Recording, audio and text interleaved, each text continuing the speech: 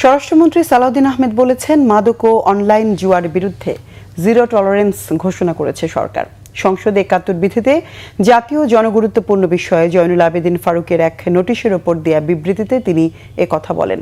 মন্ত্রী বলেন, অবৈধ সীসা লাউঞ্জগুলো নাম ঠিকানা পরিবর্তন করে পুনরায় যেন কার্যক্রম চালাতে না পারে সেজন্য কঠোর আইনি তৎপরতা অব্যাহত রাখা হয়েছে। এদিকে আরেক নোটিশের জবাবে দুর্যোগ ব্যবস্থাপনা ও ত্রাণমন্ত্রী আসাদুল হাবিব জানান, হাওর সহ দেশের বিভিন্ন অঞ্চলে বজ্রপাতের কারণে প্রাণহানি কমাতে কৃষক ও জেলেদের সুরক্ষায় একাধিক উদ্যোগ জোরদার করেছে সরকার। সুনামগঞ্জ ১ আসনের সংসদ সদস্য কামরুজ্জামান কামরুলের নোটিশের জবাবে তিনি জানান, সচেতনতা বাড়ানো, সাইরেন স্থাপন, তালগাছ রোপণ এবং বজ্র নিরোধক টাওয়ার বসানোর মাধ্যমে ঝুঁকি কমানোর পরিকল্পনা নেওয়া হয়েছে।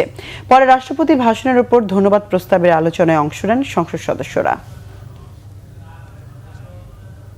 আমি ছোটবেলায় অঙ্কে সবসময় এটাকে অবশ্যই পরিবর্তন করা যায়। আমরা প্রয়োজনীয় ব্যবস্থা গ্রহণ করার বর্তমান গণতান্ত্রিক সরকার মাদককে জাতীয় সমস্যা হিসেবে চিহ্নিত করে নির্বাচনী ইশতেহারে স্পষ্ট প্রতিশ্রুতি দিয়েছে। আমরা আমাদের নির্বাচনী ইশতেহার অনুযায়ী, জাতির কাছে প্রদত্ত প্রতিশ্রুতি অনুযায়ী এদেশে জুয়া, অনলাইন জুয়া এবং মাদকের বিরুদ্ধে জিরো টলারেন্স ঘোষণা করেছে।